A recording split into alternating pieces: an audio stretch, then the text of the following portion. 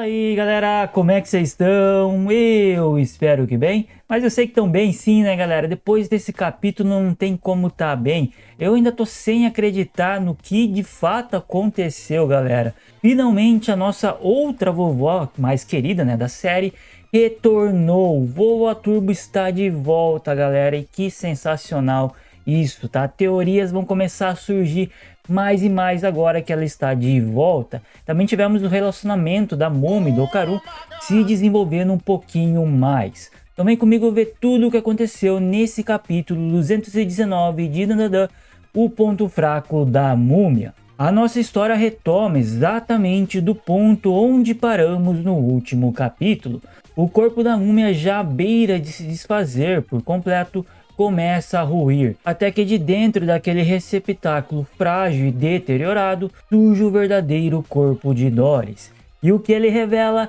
Nada menos que uma gigantesca baleia azul. Sim, galera, uma baleia azul. É o tipo de revelação que só Dandadan é capaz de entregar. Completamente imprevisível, absolutamente caótica e ainda assim coerente dentro da sua própria loucura. Porém, tudo isso se conecta com o que Okarun havia comentado no capítulo anterior. Doris estava usando ecolocalização para rastrear a posição deles. Baleias se orientam no fundo do mar dessa forma, embora, para sermos precisos, baleias azuis não utilizem ecolocalização. Mas convenhamos que isso pode ser facilmente encaixado na licença poética do autor. Além disso, esse detalhe reforça um possível padrão. Todos os alienígenas contratados pelos Serpos parecem ser criaturas marinhas. Tivemos o Sr. Camarão Mantis, o monstro do Lago Ness, e agora Doris, a baleia colossal. Também recebemos a resposta para uma dúvida que tínhamos: o que aconteceria com Momo quando a habilidade de Doris fosse desfeita? A cena foi clara. Quando o chão retorna ao normal, ele simplesmente empurra Momo de volta para a superfície, lançando-a em direção a Okarun.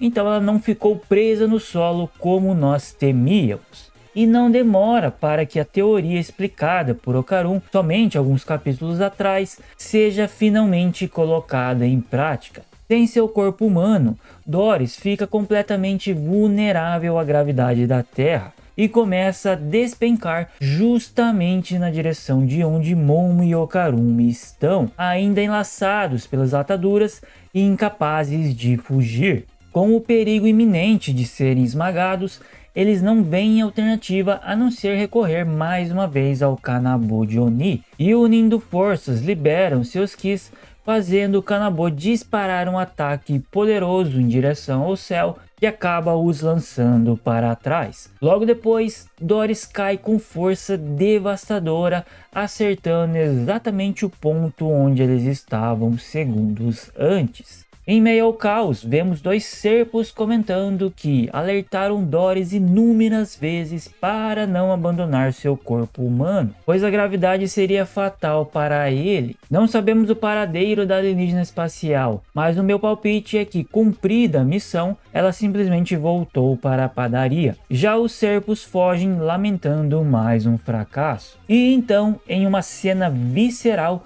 Doris começa a implodir sob a pressão da gravidade, até finalmente explodir por completo, espalhando vísceras e fragmentos por todos os lados. Mas é o momento seguinte que realmente chama a atenção. Vemos Okarun e Momo caídos no chão, ambos ilesos graças a uma barreira que os protegeu da explosão.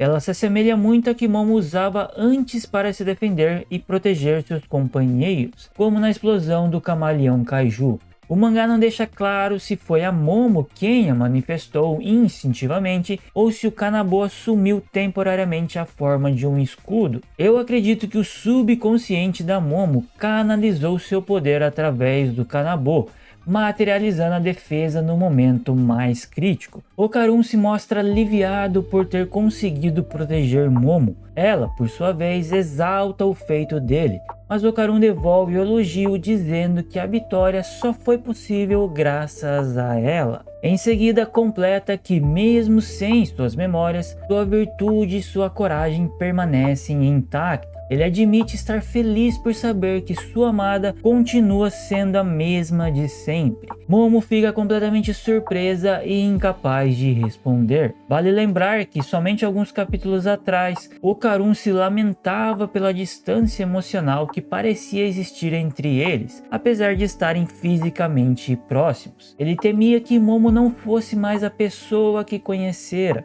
e embora tenha se recusado a aceitar essa possibilidade, agora finalmente recebe a confirmação que ansiava. Mesmo que a mente de Momo tenha apagado partes do passado, seu espírito e seu coração continuam inalterados. Para Okarun, essa revelação é como uma brisa fresca atravessando o coração. Um vento suave que dissipa todas as dúvidas, medos e silenciosas angústias que carregava consigo, restaurando sua alma como quem reacende uma chama que nunca deveria ter vacilado. Momo então pede desculpas pelo peso, literalmente, que estava colocando sobre ele, incapaz de se mover devido ao desgaste extremo. Okarun então se oferece para carregá-la, dizendo já estar acostumado a isso. Ao ouvir tais palavras, Momo congela por um instante, mas aceita, embora ainda insegura. Ela o pergunta se está tudo bem, se não está pesada demais, e Okarun, com a naturalidade de quem cuida de alguém precioso, responde que está tudo certo, que ela não pesa nada.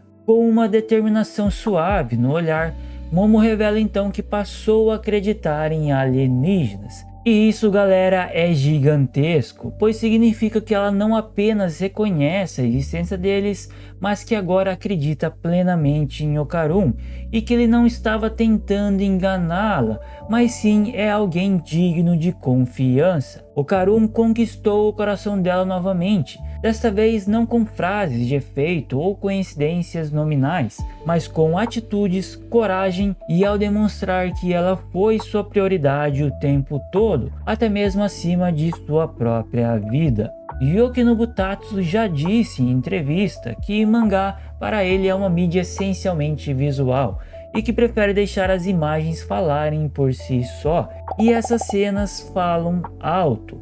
Momo e Okarun, juntos, agarrados um ao outro, carregam um tom cômico, é claro, mas também revelam algo profundo nas entrelinhas. O vínculo entre eles se apertando, a intimidade crescendo, a confiança renascendo. E o detalhe de que ninguém os vê ao saírem do espaço vazio, contrariando tantas teorias que tínhamos de que alguém os flagraria, mostra que o autor queria que esse momento fosse só deles, íntimo, sem interrupções. Se no primeiro capítulo Okarun mal conseguia falar com Momo sem que ela se vestisse primeiro, agora, mesmo com ela literalmente em cima dele, ele não hesita em expressar sua admiração, e Momo dá sinais claros de estar se apaixonando novamente. E então temos a cereja do capítulo. Voltamos a Shimane, ao hospital onde Seiko se recupera. Ela desperta com uma sensação estranha, coloca os óculos e ali está ela.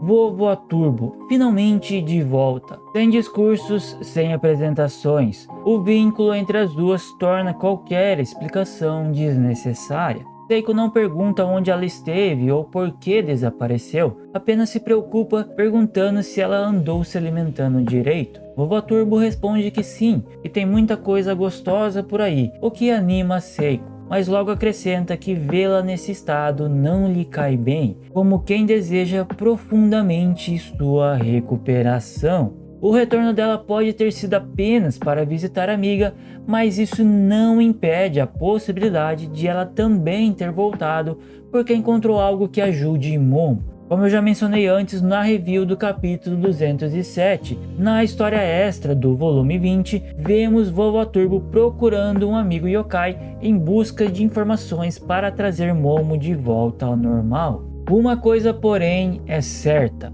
O ciclo se fecha outra vez. Tivemos um arco centrado em Momo e Okarun. Os serpos saem derrotados mais uma vez. E Vovó Turbo retorna à trama. Ah, e claro, ao final de tudo, o Momo acredita em alienígenas. E é assim, meus amigos, que o amor recomeça. Galera, e que capítulo sensacional foi esse, hein? Embora tenha sido um capítulo um pouco mais curto, já que não tivemos tantos diálogos assim, porém os diálogos que nós tivemos foram realmente bem interessantes.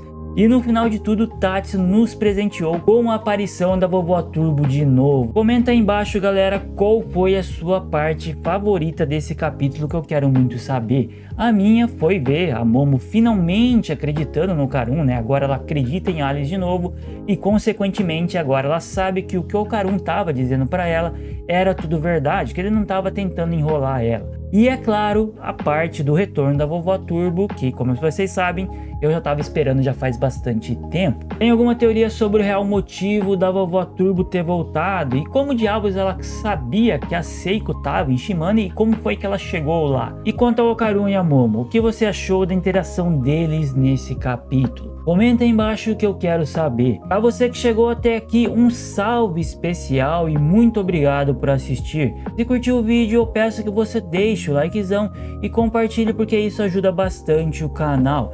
Se quiser receber mais conteúdo como o desse vídeo, se inscreva no canal e ative o sininho das notificações, porque assim sempre que um conteúdo novo sair, você vai ficar sabendo em primeira mão. Eu espero ver vocês em um próximo vídeo. Valeu e falou!